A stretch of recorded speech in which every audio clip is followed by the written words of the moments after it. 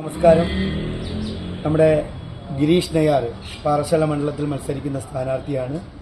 അദ്ദേഹത്തിൻ്റെ ചിഹ്നം താമരയാണ്. അപ്പോൾ നമ്മുടെ ഇത് നമുക്കൊക്കെ അറിയാം, കുറേ കാലം കൊണ്ട് നമ്മുടെ ഇലക്ഷനുമായിട്ട് ബന്ധപ്പെട്ട് വോട്ട് ചെയ്യുന്ന ബാലറ്റ് യൂണിറ്റ് എന്നാണ് ഇതിൻ്റെ പേര്. ആ ബാലറ്റ് യൂണിറ്റിലെ ആദ്യ ചിഹ്നം ഗിരീഷ് നെയ്യാറിൻ്റെ പേരും ചിഹ്നവുമാണ്. അപ്പോൾ ഒന്നാമത്തെ പേര് ഗിരീഷ് നെയ്യാർ, സ്ഥാനാർത്ഥിയുടെ ഫോട്ടോസ്, ചിഹ്നം. അത് കഴിഞ്ഞിട്ട് ഇതാണ് ആ ബട്ടൺ വെച്ചിട്ടുള്ളത്. അതിൻ്റെ നേരെ ആ ബട്ടണിൽ പ്രസ് ചെയ്യുക. പ്രസ് ചെയ്യുമ്പോൾ ഇങ്ങനെ ഒരു ബീപ് ശബ്ദം കേൾക്കും, റെഡ് കളർ കത്തും. അതോടുകൂടി നമ്മുടെ BJP സ്ഥാനാർത്ഥിക്ക് വോട്ട് ആയി എന്നതാണ് അതിൻ്റെ അടയാളം. അപ്പോൾ തീർച്ചയായിട്ടും ഈ വരുന്ന അസംബ്ലി തിരഞ്ഞെടുപ്പിൽ നമുക്ക് നരേന്ദ്രമോദിയുടെ കരങ്ങൾക്ക് ശക്തി പകരുവാൻ പാറശാലയിൽ നിന്നും ഒരു ജനപ്രതിനിധി വേണം.